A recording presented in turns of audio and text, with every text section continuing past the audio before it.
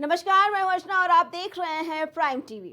Budget एक ऐसा शब्द जिसमें एक छोटे परिवार से लेकर बड़े बड़े देशों के आय व्यय का पूरा ब्यौरा समाहित होता है। बजट एक ऐसा शब्द जिसके बिगड़ जाने पर बड़े से बड़े सूरमाओं की गतिविधियों पर भी लगाम लग जाती है। बजट एक ऐसा शब्द जो छोटे से लेकर सुपर पावर देशों तक के अस्तित्व का आधार होता है। ऐसे में सबसे ज्यादा अहम हो जाता है कि कोई भी बजट आय और व्यय के बीच सामंजस्य बरकरार रखे, खासकर तब जब वो बजट एक परिवार या एक संस्था का ना होकर पूरे देश की अपेक्षाओं का निर्वहन करता हो। नए भारत का रोड मैप तैयार है, बजट जोरदार। फिलहाल देश का बजट पेश किया जा चुका है। आइए जानते हैं कि इस बजट पर जनता की क्या राय है।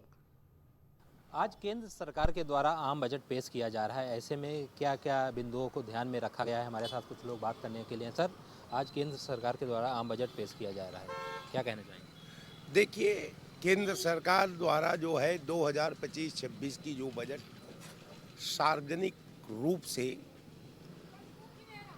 भारत के साहित्य के दर्पण में जो सरकार पेश कर रही है, अब सरकार वित्तीय व्यवस्था का 2025-26 के मापदंड पर इसकी कार्य योजना का जब मैं समीक्षा करता हूं, शिक्षा की समीक्षा करता हूं, उद्योग की समीक्षा करता हूं, सस्ती शिक्षा का अगर समीक्षा करता हूं, तो देखिए आप इनके 11-12 साल के कालखंड का आप मूल्यांकन कर लीजिए। जो इन्होंने बजट पेश किया, जिस बजट को इन्होंने भारत के साहित्य के दर्पण में जो समाज के पटल पर रखा, वो नितांत बोकस था, वो नितांत माने वो विचार के परिधि में नहीं आ सकता था। कारण ये था कि आपने 11 साल के अंदर 11 उद्योग की स्थापना नहीं की, आपने कोई शिक्षा की बेहतरीन टेक्नोलॉजी की स्थापना नहीं की, आपने रेलवे कोच की कोई व्यवस्था नहीं की, कोई कल कारखाना विशेष आधुनिकीकरण के तहत आपने स्थापित नहीं किया। बच्चों का फीस निरंतर बढ़ती गई, किसानों के ऊपर महंगाई की मार आज तक जंग जारी है। आपकी 2 उपलब्धि है। एक उपलब्धि है आपका कालखंड का शौचालय योजना, और दूसरी उपलब्धि आपकी है राशन योजना। अब राशन और शौचालय में पूरा भारत का 12 साल का कालखंड मोदी के नेतृत्व में जारी है। अब स्थिति यह है कि आप समझिए कि फीस इतनी बढ़ गई है कि मिडिल क्लास के बच्चों को फीस देने का लाला पड़ा हुआ है। अब दलित और शोषित की तो मैं बातें नहीं करता, रह गया सवाल अपर क्लास का। इन्होंने निरंतर एक 40 लोगों की कंपनी बनाई, और वो जो है गुजरात की मॉडल है, और गुजरात के मॉडल पर 40 साल 40 व्यक्तियों के हवाले पूरे देश के वित्तीय ढांचे को उनके हवाले कर दिया। कुछ लोग और भी हैं हमारे साथ बात करने के लिए। आज बजट पेश हो रहा है, क्या कहेंगे? आदरणीय सीतारमण जी बजट पेश कर रही थी, मैंने सुना भी। तो उन्होंने कुछ चीज़ों पे तो बता रही कितना % हम छूट करेंगे, लेकिन मूल मुद्दे से हट कर बात कर रही। बेरोजगारी पे रोजगार देने के लिए कितना आपने बजट दिया, कितने कल कारखाने लगाने के लिए आपने बजट दिया कि उत्तर प्रदेश या देश में इतने कारखाने लगेंगे, इतना विश्व लेवल का कोई विश्वविद्यालय बनेगा। महंगाई कम करने के लिए आपने मूलभूत क्या जो है विचार किया है, उसमें क्या तकनीकी कार्य योजना लाए हैं कि उसमें जो है खाद का दाम कम हो, किसानों के यंत्र का दाम कम हो, और बीज का दाम कम हो। उस पर आपने क्या किया? जो अन्नदाता है उसको आपने क्या दिया? न नौजवान को दे रहे हैं, न पटरी दुकानदार को दे रहे हैं कोई उसमें जो है, और न महिलाओं के लिए, गृहिणियों के लिए। आप गैस सिलेंडर कितना कम किया ये बताइए ना, और जो है उनके जो मसाले पे या दाल पे कितना कम किया। तो इस पे आइए, जब आधी आबादी महिला बहुत परेशान रहती है, वो उसी पे सोचती रहती है कि कैसे हो। तो ये सब चीज़ों पर तो उन्होंने ध्यान ही नहीं दिया, केवल जो है ये खाका तैयार किया, और वो टीवी पे आके बोल रही जैसे हर बार छलावा किया है उन्होंने, इस बार भी जनता के साथ छलावा कर रहे हैं। इन्होंने मध्यम वर्गीय और अनुसूचित जात, दलित और जो अल्पसंख्यकों के लिए कोई ऐसा बजट नहीं ला कि उनका जीवन स्तर उठे। हाँ, मैं मानता हूं कि इनके विधायक और एमपी बड़ी बड़ी गाड़ियां खरीद लेंगे, उनके लिए छूट मिलेगी, उनके लिए बैंकों से लोन भी मिलेगा, लेकिन गरीब जनता के लिए कोई ऐसी व्यवस्था उन्होंने अभी तक बजट में नहीं किया कि उनका जीवन स्तर थोड़ा सा ऊपर उठे। कुछ लोग और भी हैं हमारे साथ बात करेंगे। सर ये बताइए, आम बजट पेश हो रहा है, इस पे आप क्या कहेंगे? ये आम बजट इससे पहले भी पेश हुए हैं, है ना, और इस बार भी पेश हो रहा है। बजट पेश करने का मतलब किसी बेरोजगार से मिलके उनके लिए बजट की व्यवस्था में क्या है ना, उद्योग जो व्यापारी उनसे मिलके उनके विषय पूछे भैया आपको क्या चाहिए, किसानों के पास जाके उनसे। बजट तो आप पहले से बना के स्वयं रख लेते हैं, तो उसमें जनता का कौन सा बजट है? जनता से कब जाते हैं पूछने कि भैया हम आपके लिए ये बजट ला रहे हैं, अच्छा लग रहा है कि नहीं लग रहा है? आप ये बजट और जो पहले बजट बने हैं ये अपने स्वयं नेता अपने लिए बनाते हैं। बड़ी गाड़ी से चलना है, बड़े बड़े उनको अय्यासी के साधन चाहिए, है ना, तो ये बजट मंत्री मिनिस्टर एमएलए एमपी अपने स्वतः अपने लिए बनाते हैं। ये जनता के हित में कभी ना बना है ना बनेगा। जनता को केवल बेवकूफ़ बनाने का काम इन नेताओं के पास है।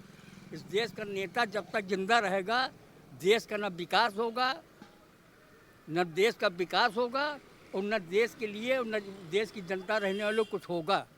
5 किलो गेहूं के बजाय उनके लिए 10 किलो कर देंगे, बेरोजगार को और बढ़ा देंगे, ताकि शिक्षा को और बेकार कर देंगे, जिससे कि आप उनसे कुछ कह ना सकें। यही बजट है।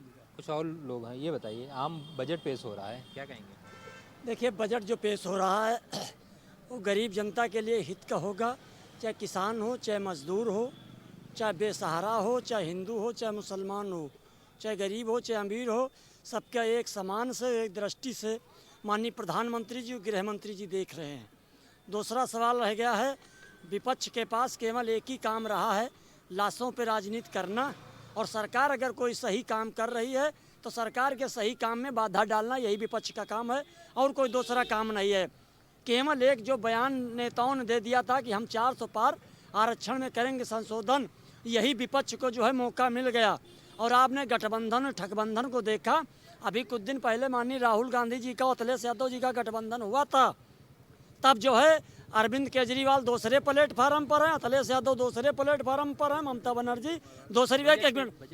बजट जो आएगा वो जनता के लिए बिल्कुल सही होगा, चाहे इंदिरा आवास, चाहे प्रधानमंत्री आवास हो, चाहे शौचालय हो, चाहे बिजली हो, चाहे बीज हो, चाहे खाद्य हो। आम पब्लिक के जो है उसको किस ध्यान में रख के क्या बजट आएगा? सही बजट आएगा, जनता के हित का बजट आएगा।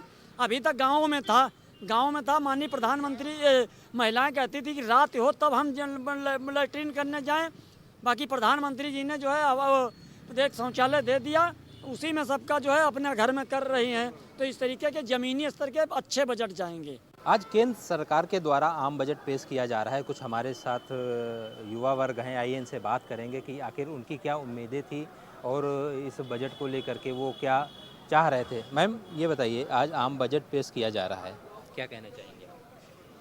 मैं अपनी सैलरी में टैक्स दे रही तक खत्म हो चुकी हूँ, इससे ज़्यादा मैं टैक्स के बारे में और कुछ नहीं कह सकती हूँ। जैसा कि आज कपड़े भी सस्ते किए गए हैं, इलेक्ट्रॉनिक सामान जैसे मोबाइल वगैरह सस्ते किए गए हैं। मोबाइल सस्ते करने से मतलब नहीं है, स्टिल उसमें जब भी पैसा तो हमें देना ही पड़ेगा ना। अब वो कितना 1-2 हज़ार रुपये कम कर सकते हैं, उससे ज़्यादा नहीं करेंगे।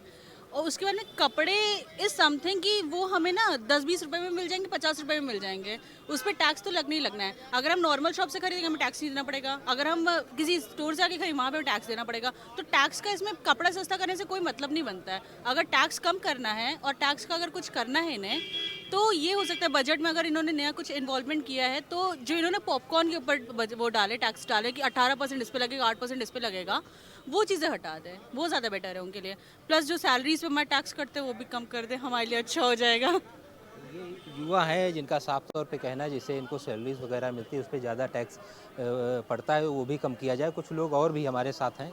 ये बताइए, आज आम बजट पेश किया जा रहा है, जो टैक्स आज आम बजट आया है, ऐसे में कि क्या मुद्दे हैं और किन बिंदुओं को ध्यान में रखा गया है। कुछ लोग और भी हैं, इनसे भी बात करेंगे। मैम, आज आम बजट आया है, अभी मैंने देखा नहीं है, फिर भी क्या उम्मीदें करती हैं? अब मुझे कुछ अभी आइडिया नहीं, क्योंकि मैंने अभी तक देखा नहीं है। मैं देख के फिर बता पाऊंगी इसके बारे में। उम्मीद तो होगा कुछ ना कुछ। उम्मीद क्या है, अभी जो चीज़ें हो रही है ख़राब ही हो रही हैं। मुझे तो कुछ सही नहीं लग रहा जैसे है। कि क्या? जैसे कि अभी जो बजट वगैरह आ रहे हैं तो टैक्स वगैरह का फिर से कुछ बड़ा होगा। मैं देख के ही बता पाऊंगी, वैसे I am not sure right now. तो बाकी जो भी टैक्सेस वगैरह लग रहे हैं वो तो बहुत ही बेकार हैं, क्योंकि आम जनता कैसे रहेगी। मुझे नहीं लग रहा है कि ये सब चीज़ें सही हैं। बाकी थैंक यू। कुछ लोग और भी हैं, उनसे भी बात करने की कोशिश करेंगे। सर, आज आम बजट पेश हो रहा है, क्या उम्मीदें करते हैं? नहीं जी, बहुत उम्मीदें हैं। हम लोग डायरेक्ट टैक्स तो दे रहे हैं, साथ में इनडायरेक्ट टैक्स इतना जा रहा है। हम लोग आप अगर देखो 3-4 स्टेप पे हम लोग टैक्स देते हैं। डायरेक्ट टैक्स दिया, इनडायरेक्ट टैक्स दिया, ठीक है। अगर कोई सेविंग करके तो उस समय कोई सोफिस्टिकेटेड चीज़ खरीद लूँ, 12%, 18%, 28% टैक्स, मतलब 70% तो आम आदमी टैक्स में दे देता है। तो उम्मीद है कि इस पर जीएसटी काउंसिल को भी सोचेगी, डायरेक्ट टैक्स के लिए भी सोचेगी, जो इनडायरेक्ट टैक्सेस है उसके लिए भी सोचेगी, जरूर सोचेगी गवर्नमेंट। वो चीज़ें सस्ती की गई हैं, जैसे कि मोबाइल सस्ते किए गए हैं, कपड़े सस्ते हैं, उसको लेकर क्या कहेंगे? ठीक है, नहीं अगर कुछ सस्ता कर रहे हैं तो उसका स्वागत करना चाहिए, जरूर करना चाहिए। बट जो डेली नीड्स की चीज़ें हैं, ठीक है, जैसे गाड़ियाँ हो गई, ठीक है, राशन हो गया, मेडिसिन हो गई, हॉस्पिटल या हेल्थ इंश्योरेंस हो गए। आज भी हेल्थ इंश्योरेंस पे बहुत ज़्यादा टैक्सेशन है। अगर हेल्थ इंश्योरेंस पे मैं तो कहता हूँ उसको टैक्स फ्री कर देना चाहिए, हर इंसान करा लेगा। इस बार दवाइयाँ भी सस्ती की गई। मुझे इसके बारे में तो आइडिया नहीं है, लेकिन बहुत ज़्यादा दवाई तो सस्ती नहीं है, मुझे नहीं लगता।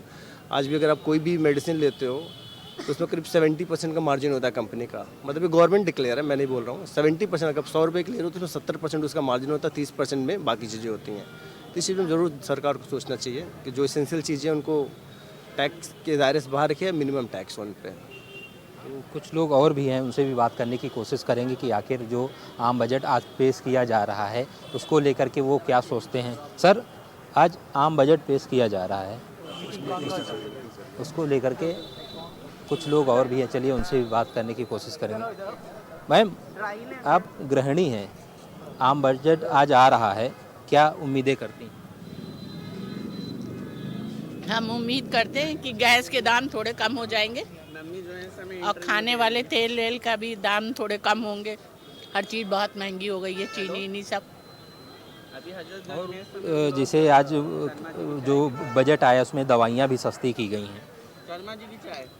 दवाई तो रोज रोज जरूरत नहीं रहती ना, डेली यूज़ की चीज़ें सस्ती हो तब तो ठीक है। सब चीज़, सोना तो बहुत आगे पहुंच गया है। अब तो शादी करते समय आदमी सोचेगा कि आर्टिफिशियल ज्वेलरी खरीदे, वही चढ़ा दे। अब कैसे चढ़ा पाएगा? वीडियो कॉल करो, देखिए दिखाते हैं। कुछ और भी लोग हमारे साथ बात करने के हैं। आप युवा हैं भैया? बात कर रहा हूँ। हाँ बोलो। तो कुछ और भी है, आइए बिटिया से बात करेंगे। आप टीचर हैं, स्टूडेंट हैं आप, क्या इस बार जो बजट आ रहा है क्या? मैंने भी थोड़ा देर पहले देखा था न्यूज़ में, तो बहुत अच्छा, मतलब स्टूडेंट्स के लिए उसमें दिखाया गया है बहुत कुछ। अभी मैंने पूरा हाईलाइट नहीं देखी, बट थोड़ी सी देखी अभी हॉस्पिटल में, तो मुझे लगा स्टूडेंट्स के लिए बहुत कुछ उसमें करा गया है। आईआईटी कुछ बिहार में मैंने भी देखा, बिहार का स्टूडेंट्स के लिए बहुत सारा करा गया है। तो मैंने इतना अभी पूरा पढ़ा नहीं है सही से क्या क्या। मिला के आप इस बजट से खुश हैं? अभी मैंने देखा ही थोड़ी सी हाईलाइट देखी, किसानों के लिए और स्टूडेंट्स के लिए थोड़ा देखा है बस, और ज़्यादा नहीं देखा, तो मैं भी कैसे कह सकती हूँ। तो क्या उम्मीदें करती थी? अच्छा ही होगा, सब कुछ सबके लिए अच्छा ही हो, सही है, सबके बजट सबके लिए सही हो।